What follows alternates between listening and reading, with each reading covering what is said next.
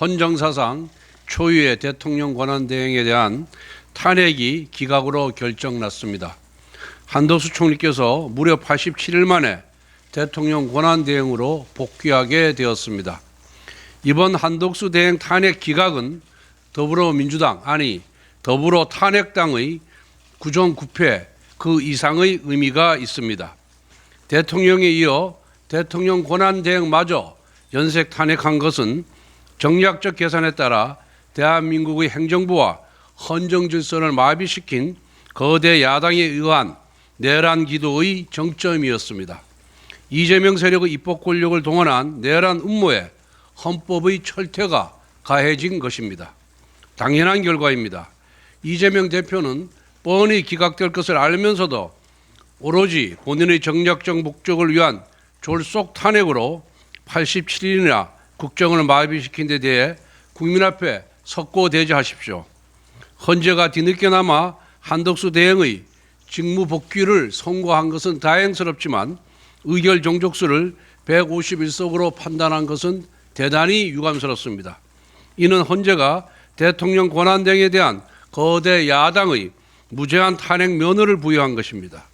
헌재가 한덕수 대행에 대한 탄핵 소추 재추진 가능성을 열어준 것이고 앞으로 대통령이 직무 정지될 경우에 다수당이 권한대행, 대행의 대행, 대행의 대행의 대행까지 탄핵을 남발할 수 있다는 최악의 선례를 남겨준 것입니다.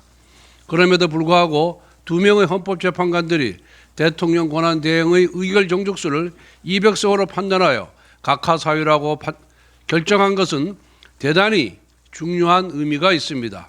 국회 다수당이 자의적인 법 해석으로 탄핵 소추권을 남발해서는 안 된다는 것을 헌재가 분명히 경고한 것입니다. 직무에 복귀하신 한덕수 권한대행께는 그동안 마음고생이 많으셨다는 위로와 격려의 말씀을 드립니다. 하지만 우리나라의 대내적인 현실이 녹록지 않은 만큼 하셔야 할 일들이 산적해 있습니다. 우선 전국적인 산불 진압과 피해 복구 활동부터 꼼꼼히 챙겨주실 것을 당부드립니다. 특히 국민 안전과 국가 안보를 위해 장기간 공석 상태로 방치되어 있는 행안부 장관과 국방부 장관부터 신속히 임명해 줄 것을 요청드립니다.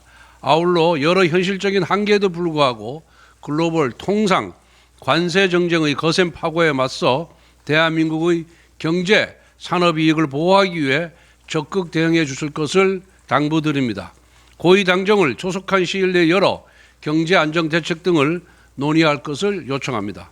마지막으로 민주당은 더 이상 실효성 없는 최상목 부총리 탄핵과 광화문 장애투쟁을 포기하고 국회로 돌아오길 바랍니다. 국가 재난 대응과 경제위기 대응을 위해 한덕수 대행이 참석하는 여야정 국정협의회를 복원해야 합니다.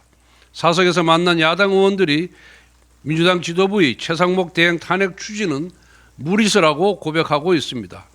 제발 정쟁 대신 민생으로 돌아와 주십시오.